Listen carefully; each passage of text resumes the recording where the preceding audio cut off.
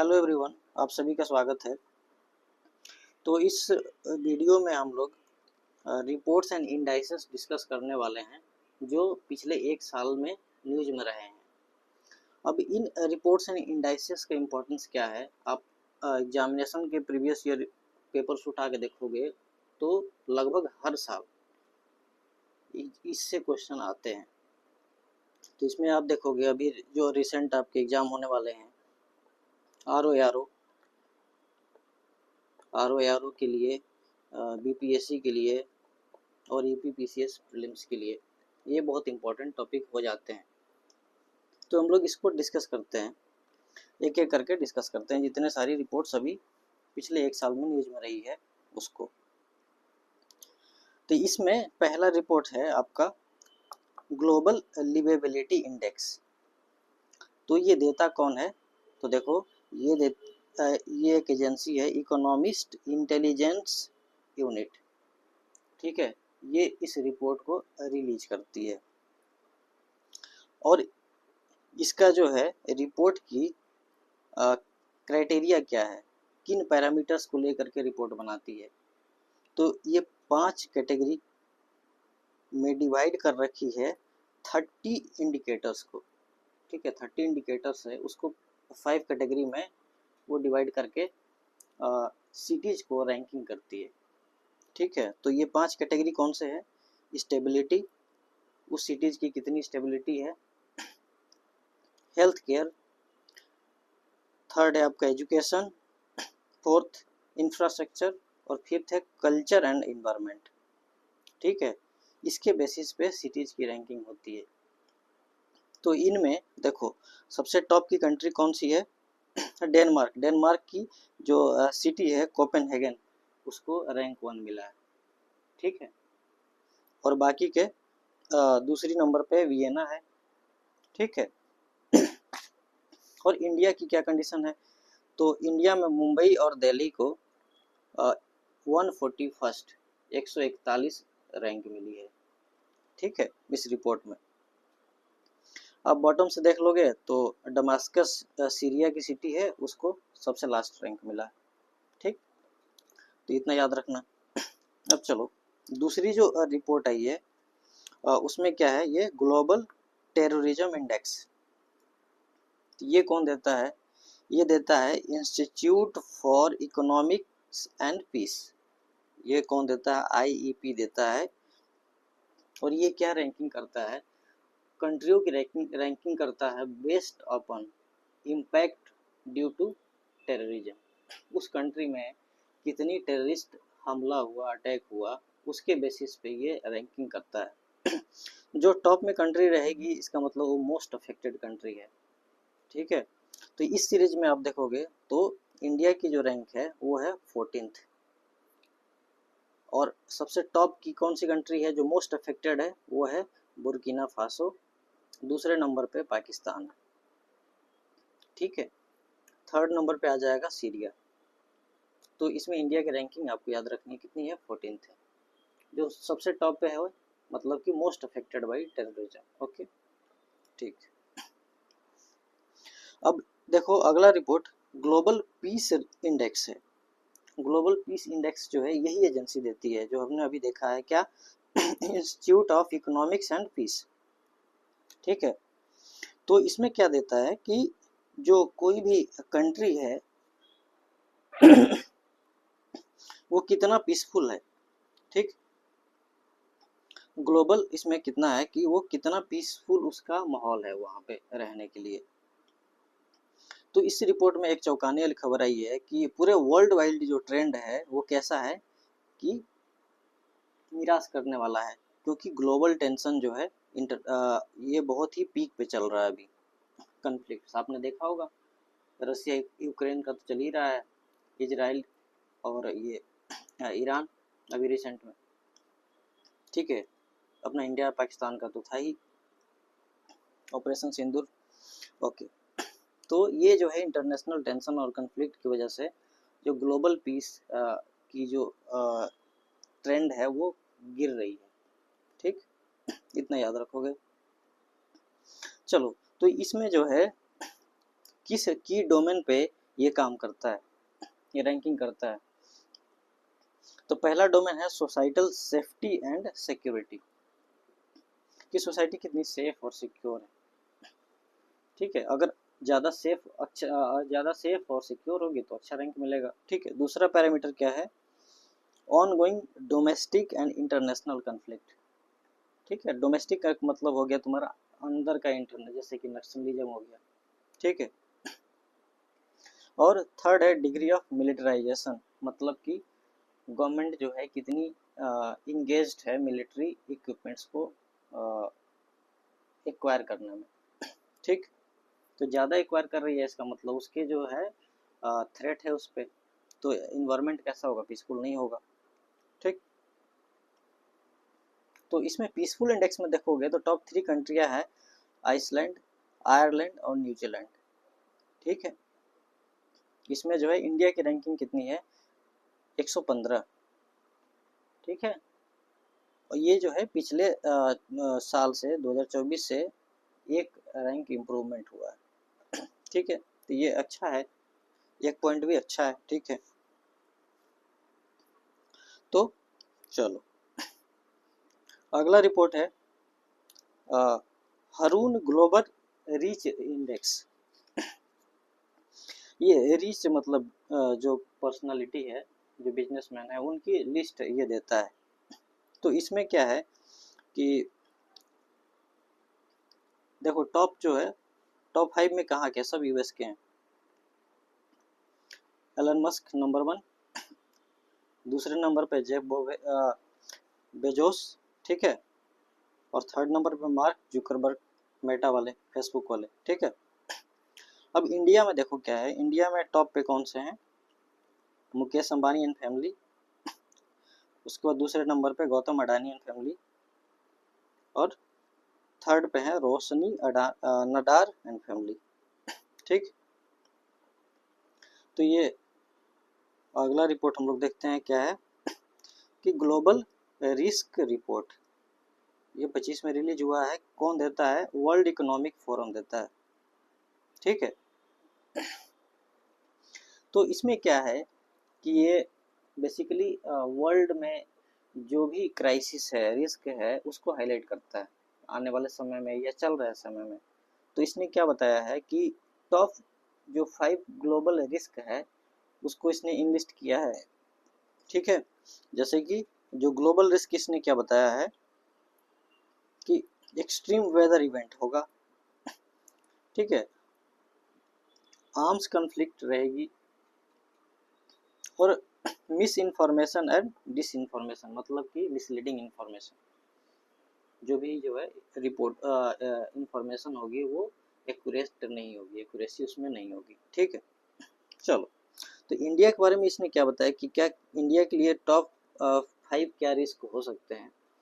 तो इसमें देखो वाटर सप्लाई की बात की है कि वाटर सप्लाई की शॉर्टेज होगी, मतलब फ्रेश वाटर की इसमें दिक्कत आएगी। यहाँ भी मिस इन्फॉर्मेशन और डिस इन्फॉर्मेशन के बारे में बात कही गई है, मतलब मिसलीडिंग इन्फॉर्मेशन। ठीक है, इरोजन ऑफ सिविल फ्रीडम या फिर सिविल राइट्स कह लो, ह्यूमन राइट्स कह लो। उसके बाद पॉल्यूशन की प्रॉब्लम तो होगी ही होगी। ठीक है, और ये एक इम्पॉर्टेंट है कि शॉर्टेज इन लेबर फोर्स, या फिर जो है आप कह लो कि टैलेंट की शॉर्टेज होगी। ठीक है, ये जो है 4-5 रिस्क इंडिया के लिए सजेस्ट किया है किसने, ग्लोबल रिस्क रिपोर्ट ने, जो कि रिलीज किया जाता है किसके द्वारा, वर्ल्ड इकोनॉमिक फोरम के द्वारा। ठीक है, इतना याद रखोगे। चलो अब अगला रिपोर्ट आता है डेमोक्रेसी इंडेक्स। तो डेमोक्रेसी इंडेक्स कौन देता है, तो ये देता है इकोनॉमिस्ट इंटेलिजेंस यूनिट। ठीक है, ये जो है कितने स्केल देता है, 0 से 10 स्केल के बीच में रैंकिंग करता है कंट्रीज की। ठीक, पैरामीटर्स क्या है इसको रैंकिंग करने के लिए, तो इसमें देखता है कि एक इलेक्टोरल प्रोसेस जो है ट्रांसपेरेंट है कि नहीं। ठीक है, दूसरा फंक्शनिंग ऑफ गवर्नमेंट, गवर्नमेंट जो कैसे फंक्शन कर रही है उस कंट्री में। पॉलिटिकल पार्टिसिपेशन, ठीक, पॉलिटिकल कल्चर और सिविल लिबर्टी, इन 5 पैरामीटर्स पे वो रैंकिंग करता है कंट्रीज की। अब देखने वाली बात है कि इंडिया को इसने क्या क्लासिफाई किया है कि फ्लॉड डेमोक्रेसी, मतलब झूठ की डेमोक्रेसी। ठीक है, तो अब यहाँ पे देखो क्या है कि इंडिया की रैंकिंग कितनी दे दी है इसने, 41 रैंकिंग दी है और स्कोर क्या है 7.29 आउट ऑफ 10। ठीक है, तो इतनी भी खराब नहीं है। अब क्योंकि आप देखो यहाँ पे जो रैंकिंग है 165 नॉर्थ कोरिया की है, म्यांमार की है 166, तो ये टॉप जो बॉटम वाली जो कंट्री हैं इनसे तो काफ़ी बेहतर है 41। ठीक है, चलो, तो यहाँ पे एक चीज़ और है कि इम्प्रूवमेंट की ज़रूरत है। ठीक, चलो, अब अगला रिपोर्ट है हमारा स्टेट ऑफ पॉपुलेशन रिपोर्ट ये 2025। ये कौन रिलीज करता है, ये यूनाइटेड नेशन की एजेंसी है। कौन सी, यूनाइटेड नेशन पॉपुलेशन फंड, ये रिलीज करती है इस रिपोर्ट को, क्या, state of world population. Okay, अब देखो इसमें क्या है कि बड़ा इंटरेस्टिंग रिपोर्ट आया है। इसने बताया है कि रियल फर्टिलिटी क्राइसिस क्या है। ठीक है, रियल फर्टिलिटी क्राइसिस क्या है। इसने कहा है कि देखो आपको, मैंने कंट्री को कहा है कि आपको ओवर पॉपुलेशन और अंडर पॉपुलेशन पर फोकस करने की ज़रूरत नहीं है। ठीक है, जो मेन एरिया है, जो मेन पॉइंट है उस पर फोकस करो। मेन जो एरिया है जिस पे गवर्नमेंट को फोकस करने की ज़रूरत है वो है फ्रीडम टू रिप्रोड्यूस। ठीक है, जो कहा जाता है ना कि बॉडीली राइट, जो फ्रीडम जो खास करके वीमेंस को मिलनी चाहिए। ठीक है, education and autonomy of the women. यहाँ पे क्या है देखो, क्या इसमें रिपोर्ट में क्या हाईलाइट की गई है कि जो इंडिविजुअल्स हैं they are not able to meet their reproductive goals, मतलब कि जो उनको चाहिए, बच्चा कब चाहिए और चाहिए कि नहीं चाहिए, वो उनका गोल है, वो अचीव नहीं कर पा रहे हैं। इसमें बहुत सारे रीजंस हैं जो आगे डिस्कस करेंगे हम लोग, देखो दिया है डिटेल्स में। इसमें क्या दिया है कि इंडिया की रियल फर्टिलिटी क्राइसिस क्या है, तो 36% इंडियंस जो है अनइंटेंडेड चाइल्ड को बर्थ दे रहे हैं, जब मतलब कि बर्थ हो रहा है अनइंटेंडेड, मतलब वो चाह नहीं रहे हैं लेकिन फिर बच्चे ऐसे हो रहे हैं, तो ये भी एक क्राइसिस है। ठीक है, 30% जो है अनफुलफिल्ड डिजायर, जो चाहते हैं कि बच्चा हो लेकिन उनको नहीं हो रहा है। ठीक, और बाकी जो है डिनायल ऑफ रिप्रोडक्टिव चॉइस भी एक बहुत बड़ा क्राइसिस है इंडिया में, खास करके वीमेंस। तो वीमेंस पे क्या है, प्रेशर आता है किसका, फैमिली का, कि बच्चे प्रोड्यूस करो या ना करो, कब करना है उनके ऊपर डिपेंडेंट नहीं है बल्कि उनके फैमिली पे ज़्यादा डिपेंडेंट होता है। ठीक, तो ये सारी जो क्राइसिस इस रिपोर्ट में हाईलाइट की गई है। चलो, अगला रिपोर्ट है ग्लोबल जेंडर गैप रिपोर्ट। अब नाम से क्लियर है कि जेंडर गैप, जेंडर में मेल फीमेल में जो रिपोर्ट है वो हाईलाइट कर रही है कितनी गैप रह गई है। ठीक है, ये कौन देता है, वर्ल्ड इकोनॉमिक फोरम देता है। ठीक है, 11 जून 2025 को रिलीज हुआ है। अब देखो इसने क्या बताया है कि the report presents a dire picture of current state and evolution of gender parity across 4 indices। 4 indices पे इसने रिपोर्ट को बनाया है, तो उसमें कौन कौन से 4 इंडाइसेस है, इकोनॉमिक पार्टिसिपेशन एंड अपॉर्चुनिटी, ठीक है, educational attainment, health and survival and political empowerment. मतलब इन 4 पैरामीटर्स में वीमेंस की कितनी पार्टिसिपेशन है वो देख करके इस रिपोर्ट को तैयार किया गया है। ठीक है, तो ऑन बेसिस ऑफ दिस जो टॉप 3 कंट्रीज है वो है आइसलैंड, फिनलैंड, नॉर्वे, ये तो हमेशा ही रहती हैं टॉप पे। ठीक, बाकी इंडिया की क्या है, इंडिया की रैंकिंग जो है 131 है, 131। ठीक, आउट ऑफ 148 कंट्रीज। ठीक है, तो पिछले साल 2024 में इंडिया की रैंक 129 129 थी, इस बार फिसल के 131 पे चली गई है, तो ये सही नहीं है। ठीक है, चलो अगला जो है हमारा जो रिपोर्ट है वो है world press freedom index. Press की कितनी फ्रीडम है उसके बेसिस पे रैंकिंग करती है ये कंट्रीज को। कौन रिपोर्ट देता है? Reporters without border. ठीक है, इसमें इंडिया की रैंकिंग है 151। ठीक है, out of how many countries? बताओ। 180 कंट्रीज। 180 कंट्रीज में से इंडिया की कितनी रैंक आई है? 151। प्रेस की फ्रीडम। ठीक है, तो इसमें टॉप रैंक किसकी आई है? नॉर्वे की है पहला, इस्टोनिया सेकंड नंबर पे, नीदरलैंड थर्ड नंबर पे है। ठीक है, ये क्या क्राइटेरिया लेता है रिपोर्ट को बनाने के लिए? वो देखता है कि पॉलिटिकल कंटेक्स्ट में यहाँ पे कितनी फ्रीडम है। ठीक है, फिर लीगल कंटेक्स्ट में देखता है फ्रीडम को, फिर economic pressure, socio cultural influence और जर्नलिस्ट सेफ्टी, इन सारे पैरामीटर्स को लेकर के वो रैंकिंग करता है। चलो, तो इंडिया की रैंकिंग जो है देखो, ये जो है 2024 में कितनी थी? 159 थी। ठीक है, तो अभी क्या हुआ है कि इम्प्रूवमेंट हुआ है, 151 आया है, तो थोड़ा इम्प्रूवमेंट है। ठीक, चलो अब जो है अगला रिपोर्ट देखते हैं क्या है। Asian university ranking.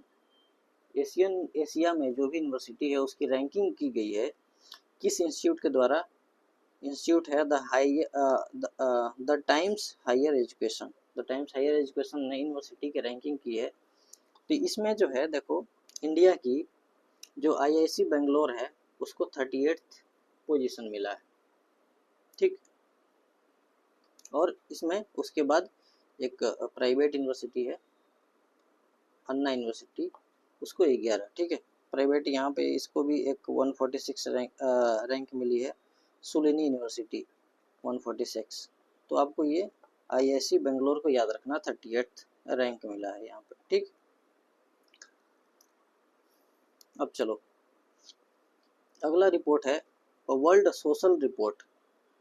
तो वर्ल्ड सोशल रिपोर्ट कौन देता है? बताओ। रिपोर्ट इज प्रोड्यूस बाई कौन? यूएनडेसा एंड यूएनयू वाइडर। तो यूएनडेसा क्या है? तो यूएनडेसा क्या है? United nation department of Economics and social affairs. ठीक है, यूएनडेसा। और यूएनयू वाइडर क्या है? United nation university world institute for department economic research. ये दोनों इंस्टीट्यूट मिल करके ये क्या रिपोर्ट देती है? World social report. ठीक है, अब देखो ये रिपोर्ट क्या इम्फेसिस करती है। ये रिपोर्ट जो बताई है कि देयर इज अर्जेंट नीड, ठीक है, for inclusive equitable and resilient society. ऐसा हमें सोसाइटी बनाना है जो कैसा हो? इंक्लूसिव हो, इक्विटेबल हो, रेजिलियंट हो। अब कैसे होगा, बनेगा ऐसे? Through fair taxation system, okay, और यूनिवर्सल सोशल प्रोटेक्शन दे करके। ठीक है, चलो तो ये जो है इस रिपोर्ट में क्या हाईलाइट की गई है कि इनकम इनइक्वालिटी जो है बहुत ज़्यादा बढ़ रही है। ठीक है, इनकम इनइक्वालिटी, इनकम इनइक्वालिटी जो है 1% जो है लोग 95%। देखो क्या लिख रहा है कि income inequality has widened in 2/3 of the countries, the richest 1% watch more than 95% of the world population. ठीक है, तो एक रिपोर्ट आई थी तो उसमें बताया गया था कि जो टॉप रिचेस्ट हैं और जो 10% है वो 90% वेल्थ को अपने पास रखते हैं, बाकी जो 90% पॉपुलेशन उनके पास 10% जो है वेल्थ है।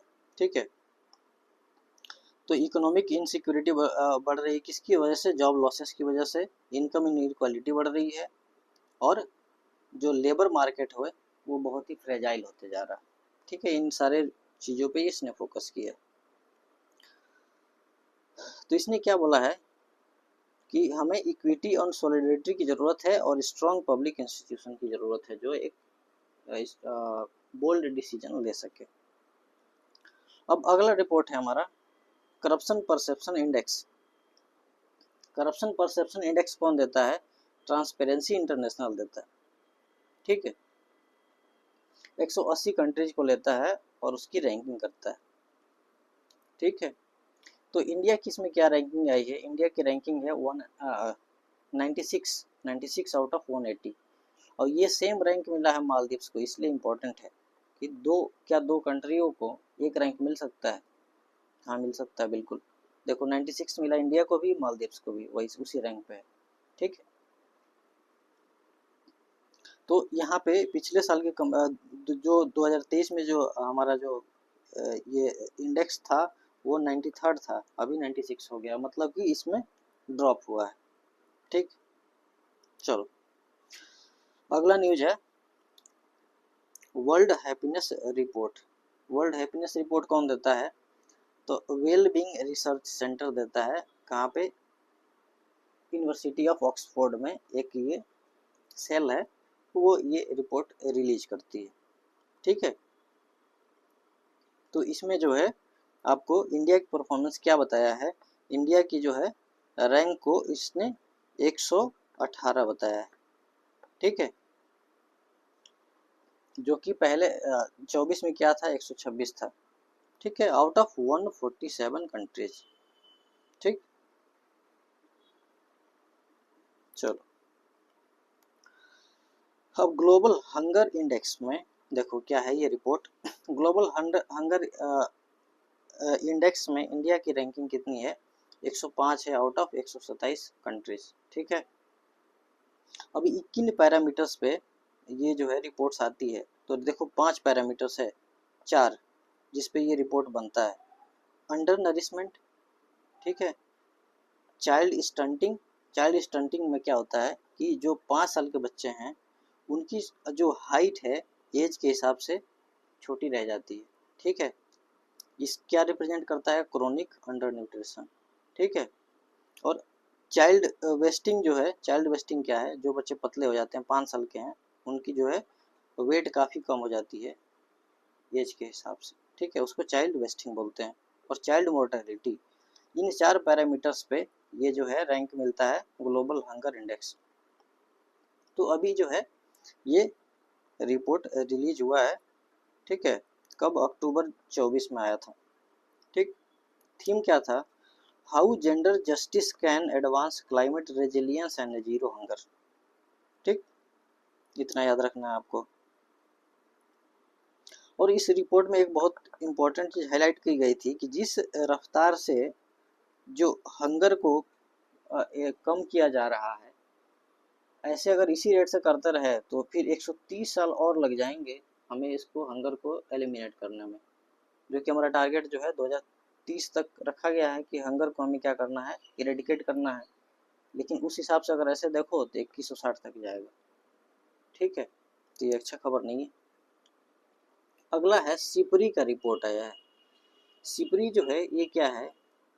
इसका देखो फुल फॉर्म क्या है? Stockholm International Peace Research Institute. तो देखो ये जो है क्या आर्म्स एंड एमिनेशन से रिलेटेड जो है रिपोर्ट्स रिलीज करती है। किस कंट्री के पास कितने जो है आर्म्स है, कितने न्यूक्लियर वेपन्स है, और वो कंट्री कितनी इंपोर्ट कर रही है, कितनी एक्सपोर्ट कर रही है, इसके बेसिस पे ये जो है रिपोर्ट बनाती है और पब्लिश करती है। ठीक है, तो इस रिपोर्ट में देखो की पॉइंट्स क्या हाईलाइट किए गए हैं कि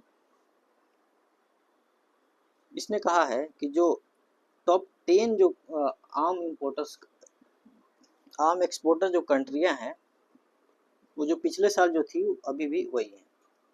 ठीक है, तो इसमें इंडिया के बारे में देखो क्या, इंडिया के से रिलेटेड हमें न्यूज़ देखना है कि यहाँ पे क्या है? India remain second largest global importer. ठीक है, इंडिया जो सेकेंड लार्जेस्ट जो है इम्पोर्टर्स है किसका, आर्म्स का, ठीक है। हालांकि इसमें देखो क्या है कि इंपोर्ट हमारा 9.3% से डिक्रीज हुआ है, इसके बावजूद भी सेकेंड नंबर पे हैं, ठीक है। दूसरा इसमें पॉइंट हाईलाइट किया गया है कि रसिया पे जो डिपेंडेंस है इंडिया की वो कम हो रही है। देखो 2010 से 14 के बीच में 72% आर्म्स जो हमारे रसिया से आते थे, वही जो है 2020 से 24 में घटकर कितने हो गए, 36%, ठीक है, लगभग हाफ हो गया, ठीक है, लगभग या पूरी तरह से हाफ हो गया, ठीक। ये इसमें इतना याद रखना है, ठीक। अब देखो अगला न्यूज हमारा है ग्लोबल इनोवेशन इंडेक्स। ये ग्लोबल इनोवेशन इंडेक्स जो है कौन देता है, वीपो देता है। वो वीपो का है वर्ल्ड इंटेलेक्चुअल प्रॉपर्टी ऑर्गेनाइजेशन, ठीक है, यूएन का ये स्पेशलाइज एजेंसी है, ठीक है। तो इसमें इस बार का थीम क्या था, थीम था कि unlocking the promise of social entrepreneurship, ठीक। तो इसमें इंडिया को जो है रिकॉग्नाइज किया गया है as an innovation over performer for the 40th consecutive years, और इसमें रैंकिंग इंडिया क्या दी गई है, 39th, ठीक। ये बहुत अच्छी न्यूज है, मतलब इनोवेशन में इंडिया आगे है, काफ़ी आगे। तो हमने जो है साइंस एंड टेक पढ़ा था पिछले वीडियो में, तो उसमें आपको बताया था कि इनोवेशन पे हमारी गवर्नमेंट की फोकस है। एआई इनोवेशन और रिसर्च एंड डेवलपमेंट पे गवर्नमेंट खूब खर्चा कर रही है, जो कि हमारे लिए बहुत ही ज़रूरी है इकोनॉमी को बूस्ट करने के लिए और ग्लोबल प्रेजेंस बढ़ाने के लिए सॉफ्ट पावर में, ठीक है। तो आप जो है आप पिछले वीडियो को साइंस टेक मैंने पूरा 1 ईयर का कवर किया हुआ, वहाँ पे देख लेना आप, ठीक। तो इंडिया के बारे में बोला गया है कि most innovative economy in the central and south Asia, तो ये अच्छी खबर है, ठीक। अगला न्यूज है आपका कि world giving index. World giving index में क्या है, अरे भाई दान देने वाली बात, दान कौन ज़्यादा देता है, चैरिटी तो कौन देगा, ये इस रिपोर्ट को कौन रिलीज करेगा, तो चैरिटी एड फाउंडेशन नाम की इंस्टीट्यूशन है, वो इस रिपोर्ट को रिलीज करती है, ठीक है। कहती है कि भैया मोस्ट जनरस कंट्री कौन है, उसको हम टॉप पे रखेंगे, ठीक है। तो देखो यहाँ पे क्या है, इंडोनेशिया को नंबर 1 दिया गया है इसमें, most giving country, most generous country, ठीक है। उसके बाद केनिया है और सिंगापुर है 3rd नंबर पे, ठीक। चलो तो यहाँ पे हमारी ये रिपोर्ट एंड इंडेक्सेस ख़त्म होती है, और नेक्स्ट वीडियो में हम लोग ये आईआर का ये रेस्ट टॉपिक जो है इंटरनेशनल इवेंट और समिट्स वगैरह देखेंगे। तब तक के लिए आप रिवाइज करते रहो, और वीडियो अच्छी लगी होगी तो लाइक सब्सक्राइब कर लेना और कमेंट करके बताना कि ये कैसा लगा, ठीक है। और मैंने इसमें साइंस टेक का 1 ईयर्स का कंप्लीट जो है करंट अफेयर्स जो आई दृष्टि मैगजीन है उसका मैंने वीडियो ऑलरेडी अपलोड कर रखा है, उसको अगर आपने अभी तक नहीं देखा है तो जा करके उसको देख लेना। बहुत ही कम्प्रिहेंसिव और बेहतर तरीके से कवर किया गया है, आपको क्लास में याद हो जाएगा, ठीक है। तो तब तक के लिए टेक केयर, बाय बाय।